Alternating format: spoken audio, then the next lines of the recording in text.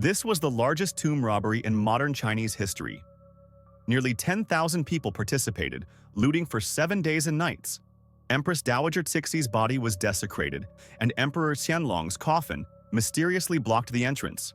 How many bizarre events occurred in this shocking tomb robbery case? Hello everyone. Welcome to the World in 10 Minutes series. Today, we're going to talk about the looting of the Eastern Qing tombs. On August 6, 1928, in Zhang Garden, located in the Japanese concession in Tianjin, a man saw a newspaper headline and broke down in tears. He swore to the heavens that if he did not take revenge, he was not worthy of being a descendant of Isinjoro.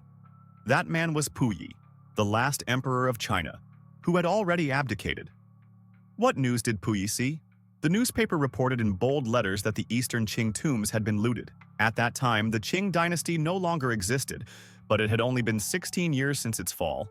Who could be so audacious as to openly loot the imperial tombs in broad daylight? The mastermind behind this crime was Sun Dianying. He may not look impressive, but don't underestimate him. He was the commander of the 12th Army of the 6th Corps of the National Revolutionary Army, leading over 30,000 troops. Even if you don't know Sun Dianying, you must have heard of his superiors. His direct superior was Feng Yuxiang. His top superior was Yan Xishan. Sun had a notorious past. He was involved in drinking, gambling, and womanizing from a young age. At just a teenager, he became a bandit. But fate worked in his favor. Despite his humble beginnings, 20 years later, he became a well-known general. The history of tomb robbing in China is very long.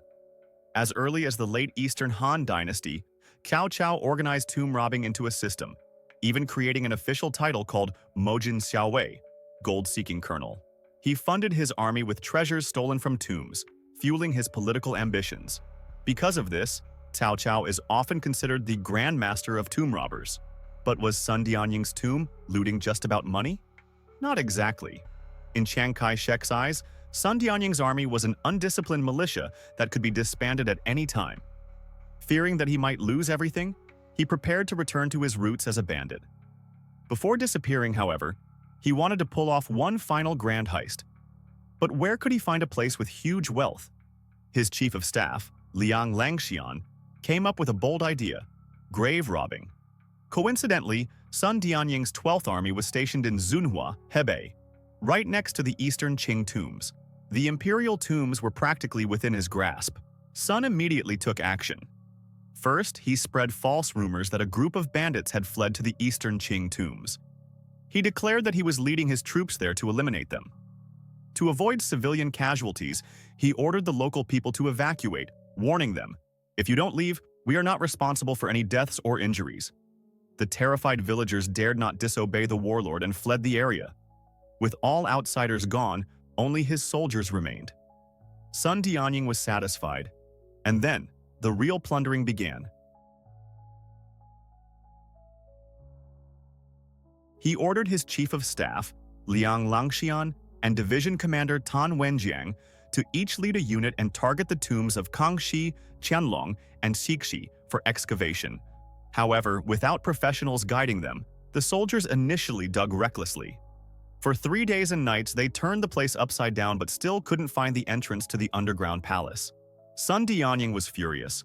Since tomb raiding was already a disgraceful act, it had to be done quickly. If they continued without progress and were exposed, they would lose everything. Just as he was at a loss, Liang Langxian brought unexpected good news. He had discovered that after the construction of the Eastern Qing tombs, all the craftsmen who worked on them had been sealed inside, a standard imperial practice to keep the burial site secret.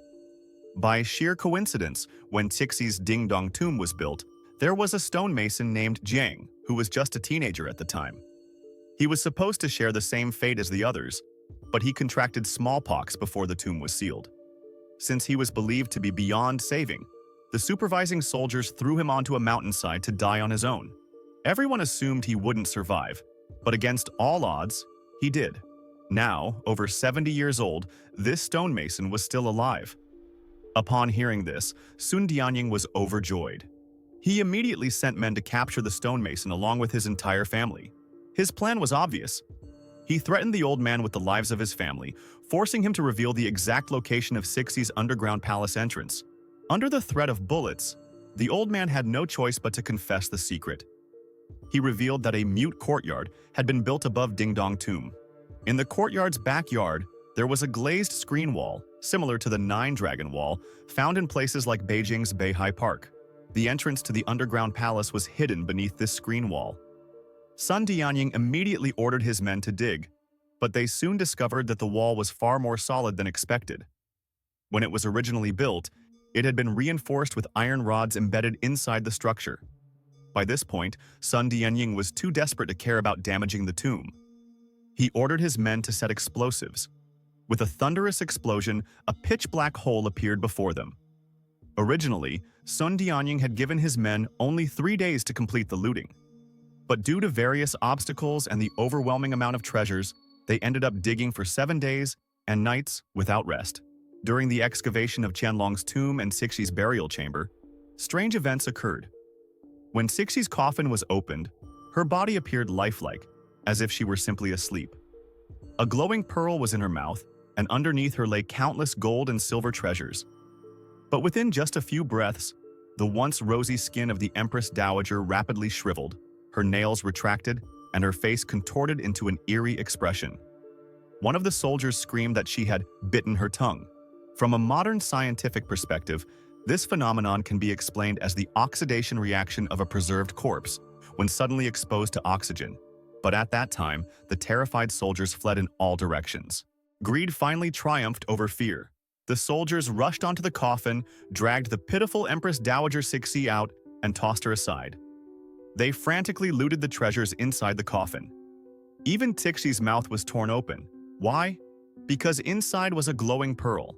At Qianlong's tomb, an equally unbelievable event took place. When they reached the final stone gate, the soldiers rammed it repeatedly but couldn't break through. To this day, if you visit the Eastern Qing tombs, you can still see the marks left on that stone gate from their efforts. In the end, they had no choice but to use explosives to blast the door open. But after the explosion, they discovered something shocking. Qianlong's coffin was not in its original resting place on the coffin bed. Instead, it had somehow moved and was now pressed firmly against the stone door, blocking entry. Only then did they realize why the door wouldn't open earlier. Qianlong's coffin had been holding it shut from the other side. It was as if Qianlong himself, aware of the events unfolding, had stepped forward in death to block the looters from desecrating his tomb. Later, experts provided a scientific explanation, suggesting that water accumulation in the tomb caused the coffin to float and drift toward the door, where it happened to jam itself against the entrance. Whether this was coincidence or something else remains unknown. So, after such a ruthless and destructive looting operation, how much did Sun Dianying actually gain? When news of the tomb robbery broke, the entire nation was outraged.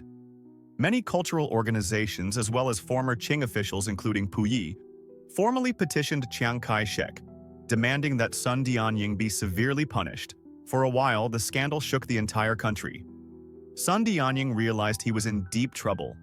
To escape punishment, he bribed officials everywhere, hoping to buy his way out. For example, he had his associate Dai Li present the most valuable item, a legendary Nine-Dragon sword, to Chiang Kai-shek. However, this sword never reached Chiang's hands. Dai Li's plane crashed over Mount Dai, and the sword vanished without a trace. Some later claimed that the sword was cursed, as it had absorbed the imperial energy and should never have been disturbed. The pearl from Cixi's mouth was given to Sung Meiling, while a golden jade watermelon was gifted to Sung Ziwen. To his superior Yan Xishan, he directly offered 500,000 taels of gold. With money flowing in all directions, Sun Dianying was no longer short of cash, and the nationalist government only put on a show of condemning him. In the end, thanks to his extensive bribery, the case was quietly dropped, and Sun Dianying escaped punishment, remaining free. In 1947, however, Sun's luck finally ran out. His fortunate early years had only set him up for a tragic downfall in the end. That year, he was captured by communist forces and imprisoned.